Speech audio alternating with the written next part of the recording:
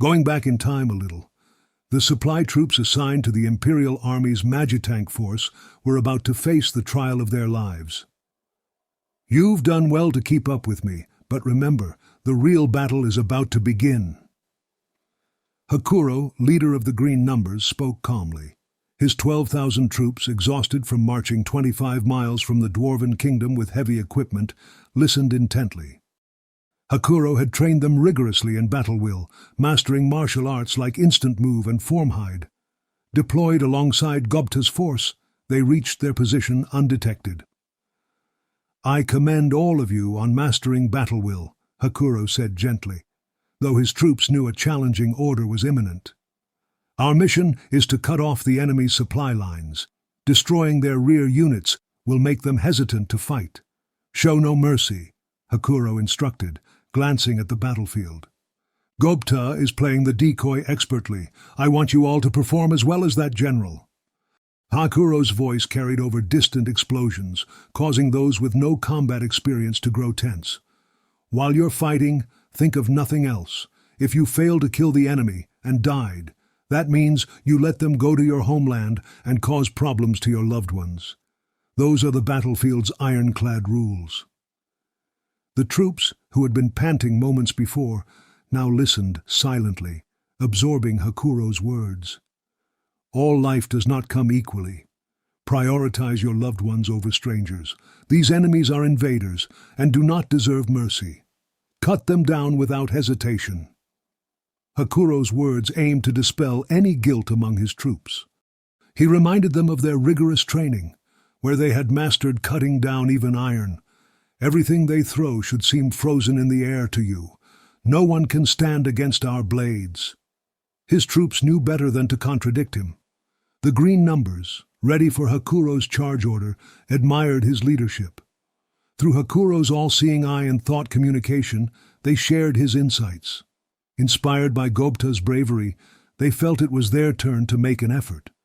Hakuro assessed his group, feeling some anxiety lift.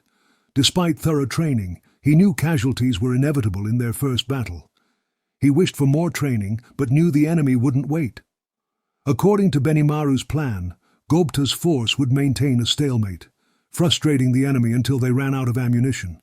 That's when Hakuro's force would strike, seizing enemy supplies and capturing tanks, while uncovering hidden enemy leaders was a secondary objective. Hakuro hoped the hidden leaders would reveal themselves.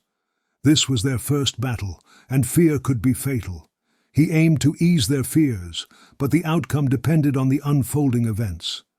Hakuro prayed for their success and safety. His worries seemed unnecessary when Rimuru's order came through Hakuro's skill. Rimuru's words instantly calmed the Green Numbers, filling them with warmth and elation.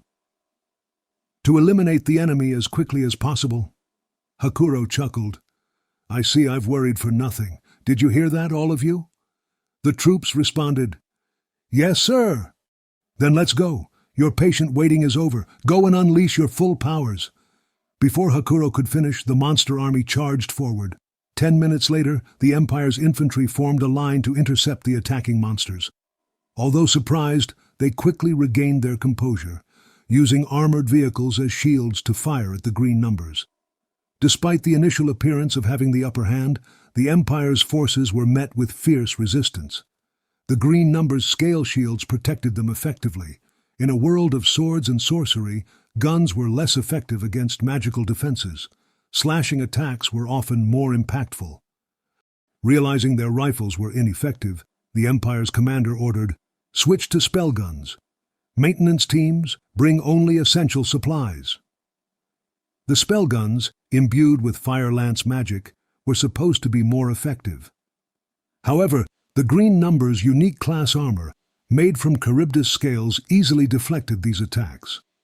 The Green Numbers' scale shields rendered them immune to magic, much to the frustration of the Imperial army. From the skies, Wyvern Riders, led by Ultima, launched a flare bomb attack, engulfing the ground in flames. While not highly powerful, the attack caused significant confusion and casualties, especially among support soldiers like mechanics and medics who struggled to adapt quickly. Hakuro felt relieved as the battle turned out to be more one-sided than he had feared. Ultima approached him, and in a friendly tone, she asked if she could leave her wyvern riders under his command. Hakuro agreed, while displaying a much more relaxed demeanor with Ultima compared to his soldiers. Their conversation took a turn when Hakuro inquired about Ultima's relationship with Lady Carrera. Ultima, despite her cheerful demeanor, revealed a fierce rivalry, saying they hated each other. Hakuro noted her feigned friendliness, understanding she was actually brutal and ruthless by nature. Hakuro then mentioned Agera, one of Lady Carrera's men, who resembled Byakuya Araki, Hakuro's grandfather and martial arts teacher. Despite the striking resemblance, Agera seemed unaware of it, possibly due to changes in Hakuro's appearance over time. Then Ultima suggested that if Hakuro was curious about Agera, he should ask him directly. Hakuro agreed, realizing he was overthinking. Ultima reminded him to focus on the battle to avoid Sir Rimuru's displeasure. With a final word of thanks, Ultima flew off into the sky. Hakuro, a bit confused, mused to himself about the importance of avoiding distractions during battle. Determined to correct his error, he drew his blade, ready to dominate the battlefield as the Sword Ogre. Meanwhile, on the Imperial side, Major General Farraga was stunned. His seemingly invincible fortresses in the sky, protected by a network of barriers and elite magicians, were now under attack. One had been shot down by a single blow from a dragonute, a creature with the power of a humanoid dragon. This was beyond the Imperial Intelligence Bureau's description of the dragonutes. Farraga questioned the accuracy of the intel, suspecting falsified information, but the dragonutes had transformed before his eyes. Certain monster races could change forms, one for everyday life and one for battle. The dragonutes, an evolved form of lizard men with wings and breath attacks, were now formidable foes. Farraga turned to his aide, confused. The aide reported that the enemy's energy values increased greatly after transformation, surpassing an A rating.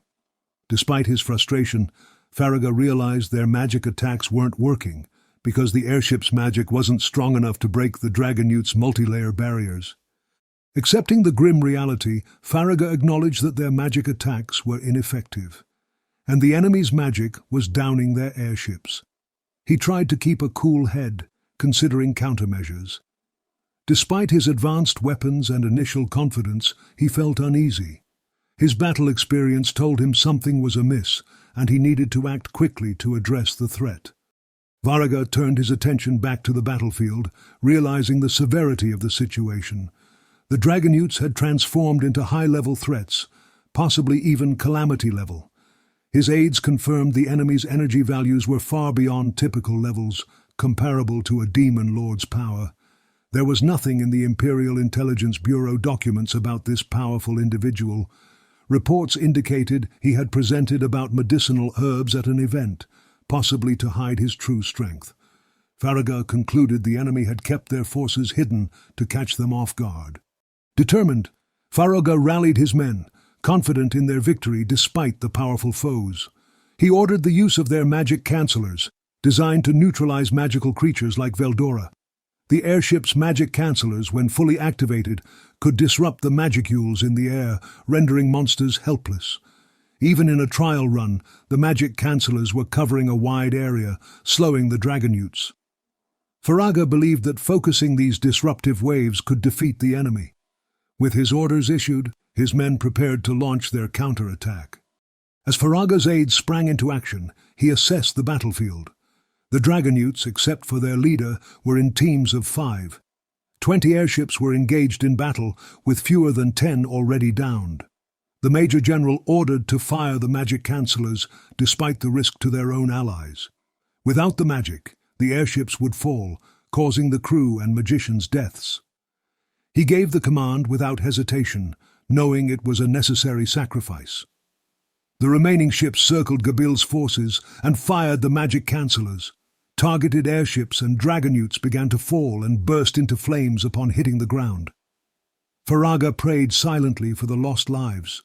After the initial success, Farraga reminded his aides that sacrificing allies wasn't a victory, and they still had to deal with the powerful enemy leader.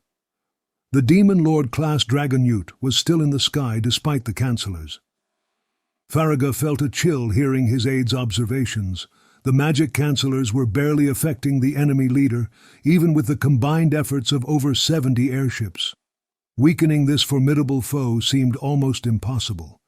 Farragut couldn't believe the immense power of the Dragon Ute leader. Realizing they were only managing to hold it in place with their magic cancellors, he wondered if they could weaken it over time. Suddenly, he had a flash of inspiration. Could this be Veldora, the very target they had been searching for? It seemed plausible to him. His aides considered the possibility that Veldora, newly freed from his seal, might be in a weakened state, yet still incredibly powerful. Farragut recalled stories of Veldora's past exploits and concluded that this level of power was indeed possible. Most of his aides agreed with the idea, though some were skeptical. They noted that the Dragon Ute leader's name was Gabil, but Farragut dismissed it as an alias. Confident in his theory, he believed Veldora was hiding his true strength while regaining power. As word spread among the crew, they felt a mix of relief and determination. Losing 30% of their airships was a heavy blow, but if they were facing Veldora, it was understandable. They took it as a stroke of good luck that they had managed to trap him with their magic cancellors. Farragut felt satisfied with this unexpected coup. Veldora was trapped and being drained of his strength, making it easier to defeat him. Chewing on his good fortune, Farragut prepared for the next steps in their strategy. Farragut inquired about the status of the magic cancellors and learned they were stable at 80%, with maximum power expected in under an hour. He was informed that Veldora's physical disintegration had begun, and they had more than enough time for Gaster to finish seizing the ground war. Farragut's aides were efficient, understanding his intentions and coordinating with analysts to provide updates. They concluded that within an hour, Gobta of the Big Four should be defeated. Despite fusing with a wolf monster, Gobta was still weaker than Veldora. Gaster's tank battalion should be able to handle him. Farragut reassured his aides, confident that Veldora's kin's immunity to magic explained their initial struggles. He believed their victory was assured and focused on boosting his soldiers' morale, convinced that the Empire's long-held dream would soon be realized.